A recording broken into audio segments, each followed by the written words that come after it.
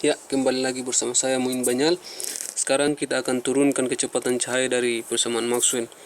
Tapi sebelum itu kita perlu mengingat kembali pernyataan dari Paman Maxwell bahwa menurut Paman Maxwell, perubahan medan listrik akan menghasilkan medan magnet, dan begitu pula sebaliknya, perubahan medan magnet akan menghasilkan medan listrik.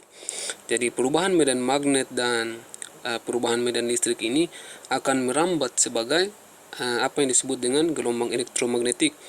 Jadi misalkan perambatan gelombang itu ke arah sumbu X positif di sini, maka medan listriknya itu ke arah sumbu, di sini kita asumsikan medan listriknya itu ke arah sumbu Z positif, sedangkan medan magnetnya itu ke samping, yaitu ke arah sumbu Y positif. Ini Z positif, oke. Nah, kita bisa lihat bahwa medan listrik dan medan magnet ini dalam perambatannya itu saling tegak lurus. Jadi ini medan listriknya ke arah sumbu Z positif, ini arah medan magnetnya ke arah sumbu Y positif. Jadi ini saling tegak lurus. Nah, kembali lagi ke pernyataan Paman Maxwell tadi bahwa perubahan medan magnet akan menghasilkan medan listrik dan perubahan medan listrik akan menghasilkan medan magnet. Nah, ungkapan dari Paman Maxwell ini secara matematis kita bisa tuliskan do E do X ini sama dengan minus do B do T, sedangkan do B do X ini sama dengan minus mu 0 epsilon 0 do E per do T. Nah, saya sebut saja ini persamaan 1 dan ini persamaan 2. Nah, jika saya turunkan persamaan 1 ini terhadap X, kenapa diturunkan terhadap X? Karena kita asumsikan bahwa penjalaran atau perambatan gelombangnya itu ke arah sumbu X positif saja. Jadi do X ini do E do X sama dengan do X, kita turunkan terhadap X ya. Jadi ini minus do B do T. Nah, ini menjadi do kuadrat E per do X kuadrat.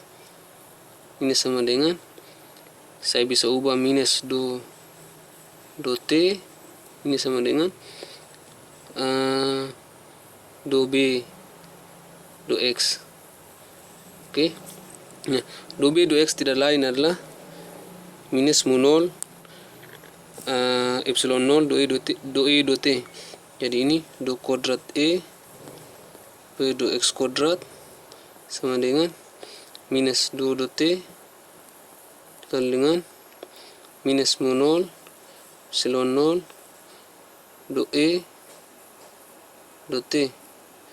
Nah, sekarang dengan demikian kita peroleh do kuadrat E per do X kuadrat sama dengan minus minus plus, jadi mu 0 epsilon 0 do kuadrat E per do T kuadrat. Nah, inilah yang disebut dengan persamaan diferensial gelombang elektromagnetik yang menjalar ke arah sumbu X positif. Nah, untuk menentukan cepat rambat gelombang, maka kita perlu mengingat kembali persamaan umum gelombang, yakni dalam bentuk E sama dengan E0 sin omega T dikurang Kx, di mana omega adalah 2pi dikali F, sedangkan K sendiri, K itu sama dengan 2pi per lambda. Nah, sekarang jika saya turunkan persamaan gelombang ini terhadap X, jadi do E do X ini sama dengan, kalau turunkan terhadap X artinya K nya dikali ke depan, minus K ada, minus K E0 turunan sin cos omega T dikurang Kx. Oke. Nah, jika saya turunkan sekali lagi, maka saya peroleh do kuadrat E do X kuadrat sama dengan minus K-nya dikali ke depan, di sini minus kali minus plus turunan cos min sin, jadi minus kembali lagi. Jadi K kuadrat E0 sin omega T dikurang Kx. Nah, E0 sin omega T kurang Kx tidak lain adalah E. Jadi bisa saya tulis do kuadrat E per do X kuadrat ini sama dengan minus K kuadrat E. Nah, sekarang ada yang mengerti sampai di sini? Nah, begini cara menurunkannya. Jadi misalkan saya punya sebuah fungsi fx misalkan sama dengan sin kx. Oke? Nah, kalau saya mau turunkan terhadap x, artinya saya misalkan saya misalkan u sama dengan kx. Nah, turunan u terhadap x do u do x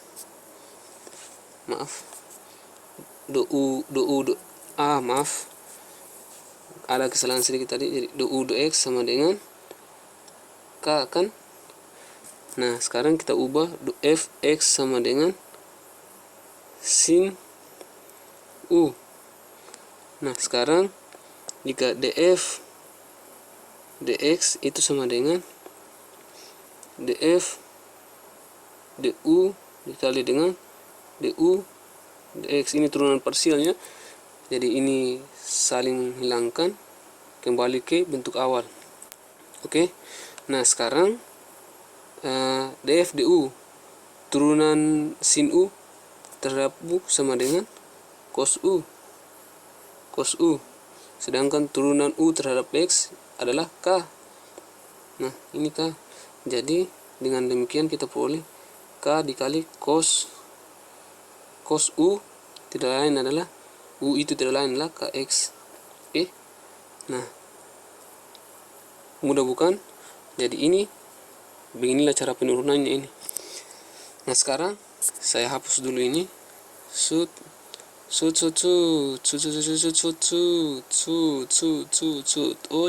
Sekarang kita kembali ke jalan yang benar.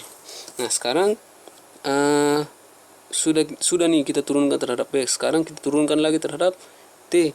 Jadi do e per do t sama dengan cara yang sama tadi ya. Jadi istilahnya saya sudah mahir ya. Jadi saya langsung saja saya kali ke depan omeganya, omega. Bercanda tadi ya, saya bukan mahir tapi ya latihan terus menerus saja. Oke. Sekarang saya kali ke depan omeganya, turunkan terhadap t ya, omega. Jadi ini E0 turunan sin cos omega t dikurang kx. Sekarang jika saya turunkan terhadap t sekali lagi, do kuadrat e per do t kuadrat ini sama dengan omeganya dikali ke depan lagi, omega dikali ke depan, jadi omega kuadrat turunan cos min sin. Jadi omega kuadrat E0 sin omega t dikurang kx, atau ini minus omega kuadrat e, karena E0 sin omega t kurang kx tidak lain adalah e. Oke. Nah, sekarang substitusi nilai do kuadrat e per do t kuadrat dan do kuadrat e per do x kuadrat ke dalam persamaan yang pertama yang sudah kita peroleh, yakni do kuadrat e per do x kuadrat sama dengan mu 0 epsilon 0 do kuadrat e per do t kuadrat. Nah, sekarang substitusi nilai tersebut ke dalam do kuadrat e per do x kuadrat sama dengan mu 0 epsilon 0 do e do t kuadrat, do kuadrat e ya. Nah, sekarang 2 kuadrat E per 2X kuadrat tidak lain adalah minus KE. Minus KE. Ya, KE ya. K kuadrat E. Oke. Nah, sekarang 2 kuadrat E per 2T. 2T kuadrat tidak lain adalah minus omega kuadrat. Maaf, lupa. Mu 0, epsilon 0, omega kuadrat E. Omega kuadrat E. Oke. Nah, sekarang ini E saling menghilangkan, minus saling menghilangkan, yang tersisa tinggal K kuadrat sama dengan mu 0 epsilon 0 omega kuadrat. Nah, sekarang kita apakannya? Kita bagi kedua ruas dengan omega kuadrat, maka K kuadrat per omega kuadrat ini sama dengan mu 0 epsilon 0 omega kuadrat bagi omega kuadrat, ya jelas 1. Dan tidak usah kita tulis. Sekarang substitusi nilai omega 2πf dan nilai K 2pi per lambda, maka kita peroleh K kuadrat sama dengan 2pi kuadrat, berarti 4 pi kuadrat per lambda kuadrat dibagi dengan omega kuadrat. Omega kuadrat yaitu 4pi kuadrat frekuensi kuadrat. Dengan menggunakan rumus 1/2 ya, 1/2 per 1/2. Ini kita bisa gunakan rumus jauh di mata, dekat di hati. Nah, bagaimana kalau gini? 1/2 per 1. Ya, kita tambah saja 1 di sini. Jadi jauh di mata, dekat di hati. Sama juga seperti ini. Yang ini kita tambah 1 di bawah. Jadi satunya jauh di mata, dekat di hati. Oke. Nah, sekarang ini sama dengan mu 0 epsilon 0. Nah, kita peroleh ini 4pi nya saling hilangkan, jadi 1 lambda kuadrat F kuadrat sama dengan mu 0 epsilon 0. Nah, 1 lambda kuadrat F kuadrat bukan 1 ya, lambda kuadrat F kuadrat ini tidak lain adalah kecepatan kuadrat. Jadi lambda kuadrat dikali frekuensi kuadrat sama dengan kecepatan cahaya kuadrat. Jadi ini 1 C kuadrat sama dengan mu 0 epsilon 0. Nah, C kuadrat sendiri sama dengan 1 mu 0 epsilon 0. Jadi C nya sama dengan 1 akar mu 0 epsilon 0. Inilah kecepatan cahaya atau cepat rambat gelombang dalam elektromagnetik. Nah, kita bisa lihat bahwa cepat rambat gelombang ini atau kecepatan cahaya ini hanya dipengaruhi oleh permitivitas ruang hampa yaitu epsilon 0 dan permeabilitas ruang hampa yaitu mu 0. Nah, kita bisa masukkan atau substitusi nilai mu 0 dan epsilon 0 ini ke dalam persamaan ini. Kita akan peroleh bahwa kecepatan cahaya itu sama dengan 3 kali 10 pangkat 8 meter per sekon kuadrat ini. Oke, saya sudah siapkan dari tadi karena saya tidak hafal nilainya. Jadi saya sudah siapkan khusus buat lu. Nah, sekarang jika you masukkan ini, jadi saya kira ini tinggal ya kerajinan tangan lah. Tidak, you bisa gunakan kalkulator dan bisa hitung itu. Nilainya itu dekat dengan 3 kali 10 pangkat 8 meter per sekon kuadrat. Oke, sampai di sini. Oh ya, ini buktinya bahwa kecepatan cahaya itu hanya bisa diturunkan hanya lewat matematika saja. Jadi tidak perlu asumsi-asumsi, kita bisa menurunkan lewat matematika. Oke? Jadi sampai di sini saya Muin Banyal dan semoga hari-harimu menyenangkan. Salam apapun itu untuk ilmu pengetahuan. Sud.